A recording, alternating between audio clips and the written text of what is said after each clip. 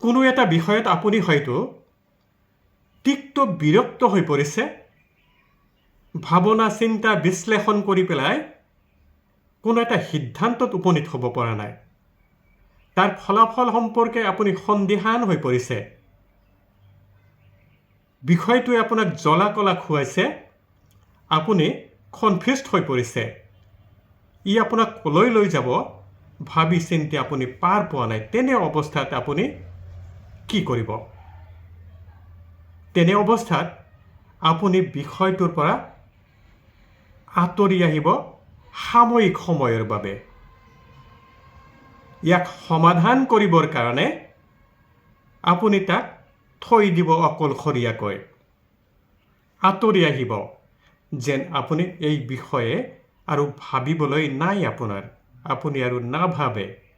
কিন্তু অৱচেতন মনটোৱে এই প্ৰক্ৰিয়া, চিন্তা ভাৱনাৰ প্ৰক্ৰিয়া এটা চলাই থাকিব, যেতিয়া নেকি আপুনি বিষয়টোৰ পৰা আঁতৰি আহি পেলাই সাময়িকভাৱে আঁতৰি আহি পেলাই আন এটা বিষয়লৈ ব্যস্ত হৈ পৰিব। দুটা বিষয়ৰ মাজত নীৰৱে এটা প্ৰতিদ্বন্দ্বিতা চলিব আপোনাৰ মনোযোগ আকৰ্ষণ কৰিবৰ বাবে। আপুনি আন এটা বিষয়, নতুন এটা বিষয়লৈ আপোনাৰ মনোযোগ লৈ গৈ পেলাই, পৰিৱৰ্তন কৰি পেলাই আপুনি সেই বিষয়টোৰ মাজত ব্যস্ত হৈ আছে। ভিতৰি ভিতৰি কিন্তু আগৰ সেই বিষয়টোৱে ভিতৰি ভিতৰি সলিউশ্যনৰ কাৰণে বাট উলিয়াই আছে।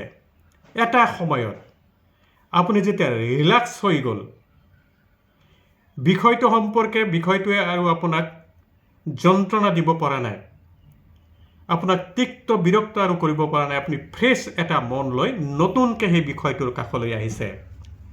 নতুনকৈ চিন্তা ভাৱনা কৰিবৰ কাৰণে, প্লাছ মাইনাছ কৰিবৰ কাৰণে, তাত হয়তো সংযোগ, তাক বিয়োগ কৰিবৰ কাৰণে আপোনাৰ মনটো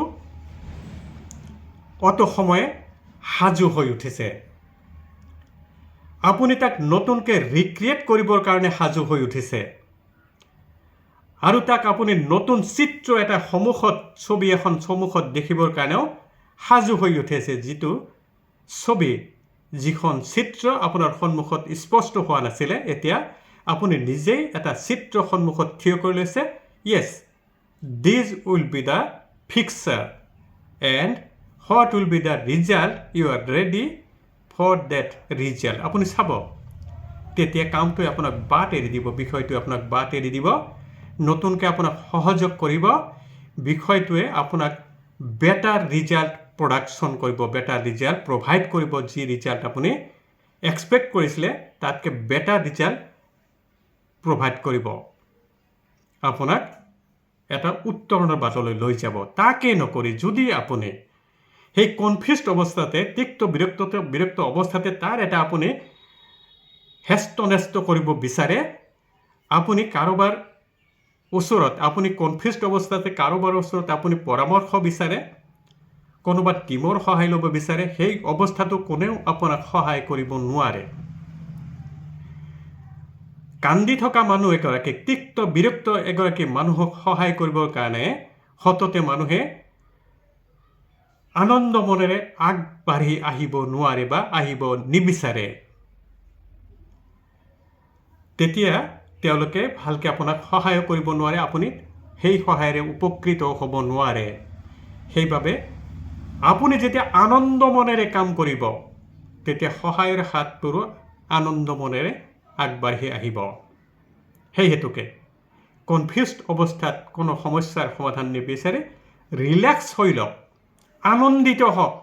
আৰু যদি পাৰে সেই অৱস্থাতে যদি আপুনি আনন্দিত হৈ উঠিব পাৰে, আপুনি চেলেঞ্জ গ্ৰহণ কৰিব পাৰে, আপুনি যদি নিজকে সেই অৱস্থাতে ৰিক্ৰিয়েট কৰিব পাৰে, সমস্যাটো ভাঙি চিঙি আপুনি কৰিব পাৰে, তেতিয়াহ'লে আৰু অধিক বেটাৰ।